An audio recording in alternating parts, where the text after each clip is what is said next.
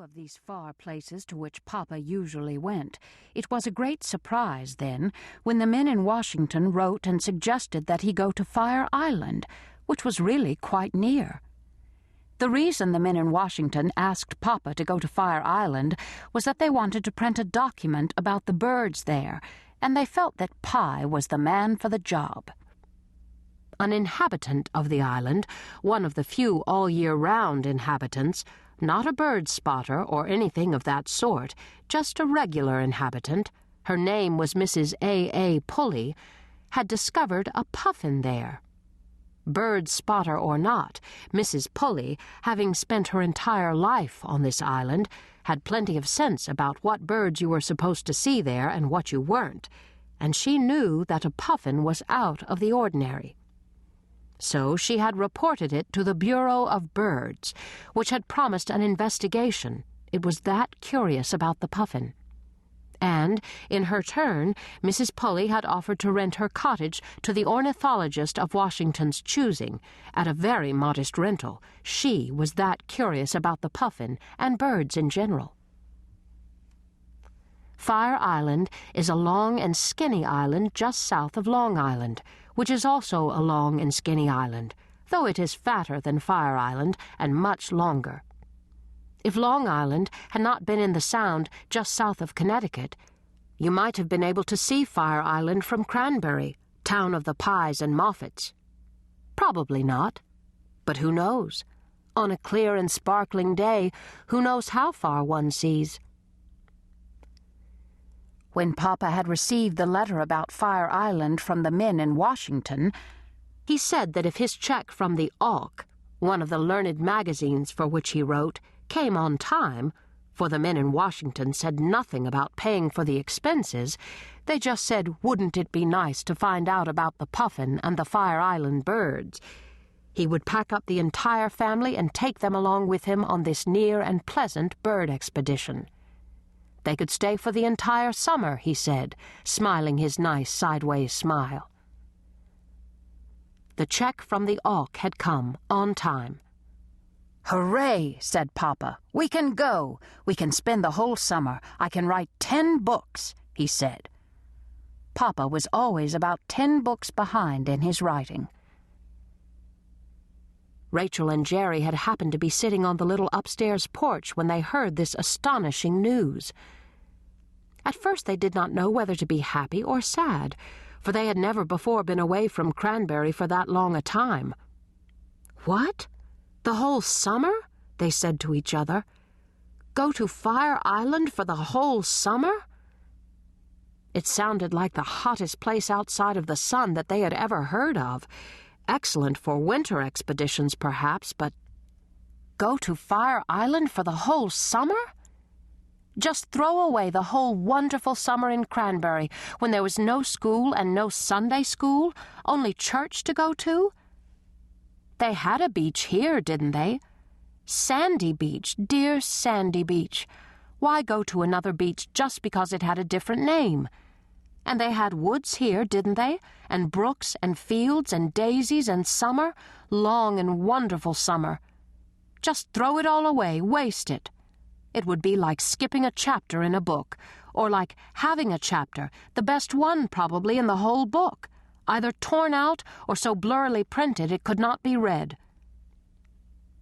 "The Moffats never go away," said Rachel.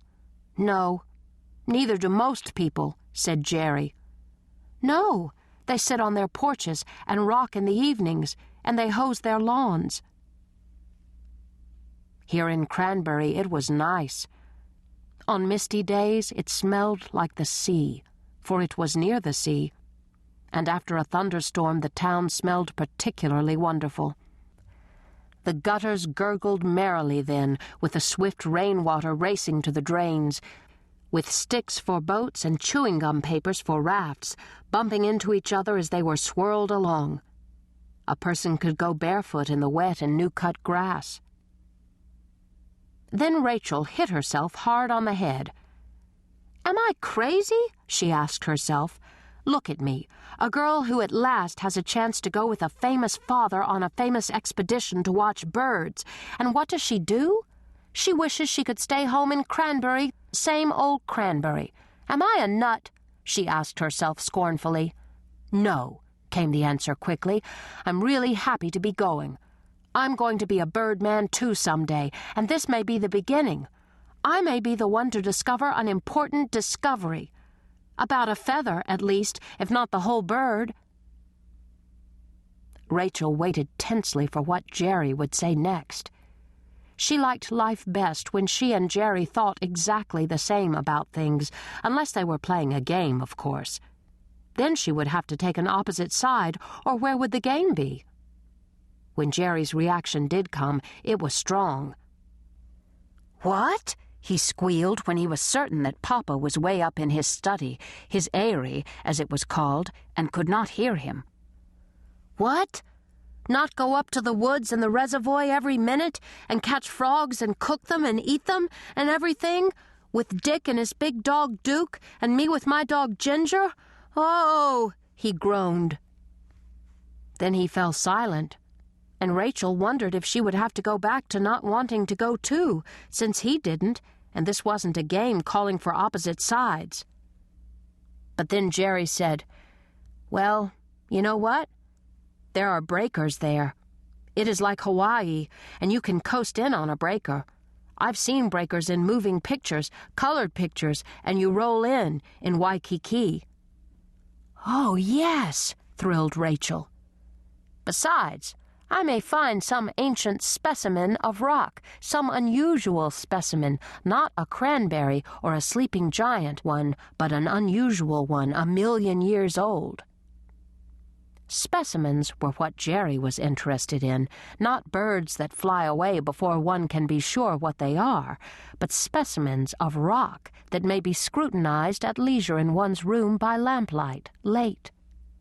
Rocks were always tumbling out of his pockets, wearing holes in them. He loved rocks.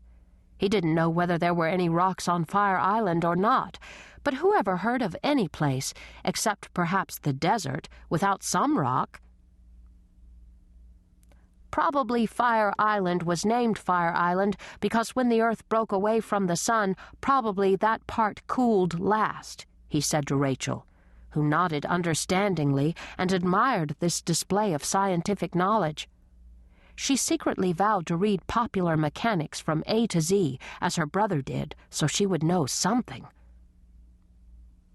"It's probably all just plain hot rock, cold now, though," she suggested, hoping the latter was the case. Papa had been too excited and happy to stay up in his study and work. After all, this was the first all-summer-long vacation he had ever taken his family on, and naturally he was pleased. He joined Jerry and Rachel on the little square porch. "I suppose we'll have to take Ginger somehow or another," he said. "Ginger," said Jerry, "did you know that you are going on a trip?" Ginger wagged his tail and leaped up ready to go. Ginger was known throughout Cranberry as the intellectual dog, because once he had found one of Jerry's pencils, tracked Jerry to school, and gone up the fire escape with it to Jerry's very classroom. Of course they had to take him. Moreover, he had been lost from Thanksgiving Day until the 29th of May. Rachel and Jerry had only just been reunited with him. They couldn't part with him again, leave him behind. Someone might steal him again, such a smart dog.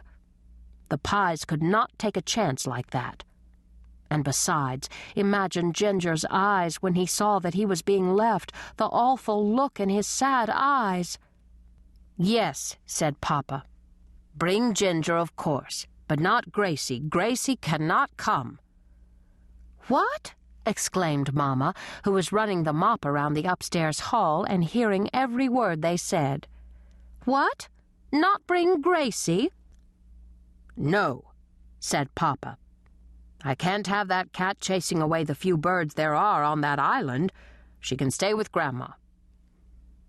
Mama shook her head firmly and banged the mop against the banister. "She's got to come," she said.